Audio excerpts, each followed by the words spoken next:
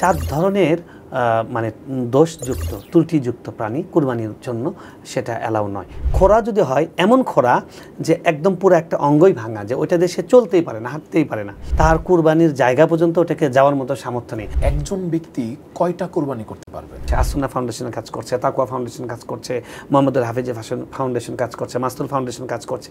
তারা গরিব অঞ্চলগুলোতে কুরবানির উকিল হয়ে আপনার পক্ষ থেকে তারা দায়িত্ব নিয়ে তারা ওই এলাকায় কুরবানি কিনে জবাই করে যথাযথ পৌঁছে দেয়। যে পশুটাকে কুরবানি দিব সেটা যেন একদম সকল দোষমুক্ত হয়। হ্যাঁ, কিন্তু দেখা যাচ্ছে শহরের যে মানুষ থাকে তারা যখন পশু কিনতে যায় পশু চিনতে পারে না, পশুর দোষগুলো তারা ধরতে পারে না।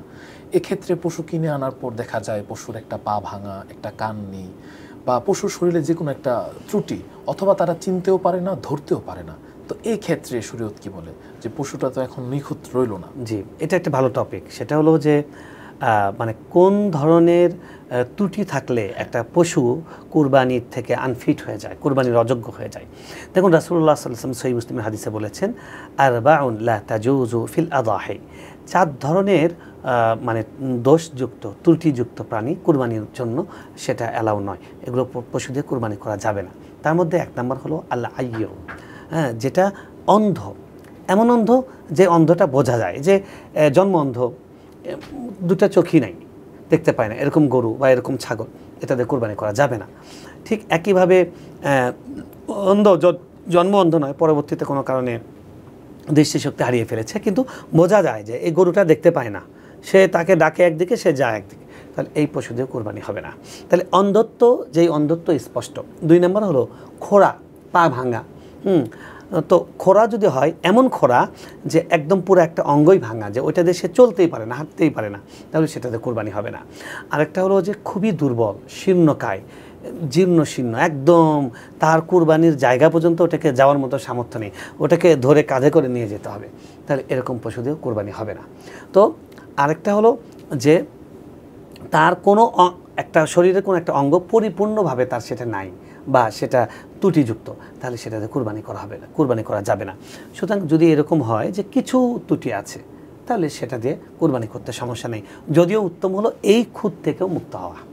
তাহলে আমরা জানলাম যে কুরবানির জন্য আনফিট হলো সেই প্রাণীগুলো, সেই পশুগুলো কুরবানির পশুদের মধ্য থেকে যেগুলোর কোনো একটা অঙ্গ পরিপূর্ণভাবে সেটা ধ্বংস হয়ে গেছে, বা সেটা বিনষ্ট হয়েছে, বা সেটা অচল হয়ে গেছে, যেরকম অন্ধ, যেরকম পাহীন, এরকম কোনো, তাহলে সেগুলো। একজন ব্যক্তি কয়টা কুরবানি করতে পারবে? সমাজের মধ্যে দেখাতে চায়। আমি গত জুমাতেও মসজিদে বলেছি যে আমাদের এই টেন্ডেন্সি থেকে বের হয়ে আসা উচিত, যে খুব বড় কোরবানি দেওয়া। এবার চলছে অমক দিনাজপুর থেকে এসেছে, দাম হলো তার 25 লাখ টাকা, 50 লাখ টাকা। এই যে মিডিয়ায় খুব ভাইরাল পশু, একটা ভাইরাল ছাগল দিয়ে তো একটা পুরো পরিবার ব্যস্ত হয়ে গেল, দেশ শেষ হয়ে গেল একটা ছাগল কাণ্ডে। তো দেখুন, আপনি কুরবানির মধ্যে এই ভাইরাল পশু নেওয়ার চেষ্টা করেন না, বরং আমি বলবো যে ওই টাকা দিয়ে আপনি একাধিক পশু কেনেন। কারণ রাসূলুল্লাহ সাল্লাল্লাহু আলাইহি ওয়াসাল্লাম বলছেন যে আল্লাহর কাছে কুরবানির দিন যে যত পশু জবাই করবে সে আল্লাহর কাছে প্রিয়। আল্লাহ আজ্জু বা সাজ্জু, লম্বা হাদিস আছে। তো আপনি কুরবানির দিন বরং আমাদের খুব বড় দেওয়ার থেকে আমাদের চেষ্টা করা উচিত একাধিক কুরবানি করা, এবং কুরবানিটা এভাবে করা যে আপনি এখানে একটা করলেন, এলাকার যে গরিব আছে তাদেরকে খাওয়াবেন, আত্মীয় স্বজনকে হাদিয়া দিবেন, গিফট করবেন।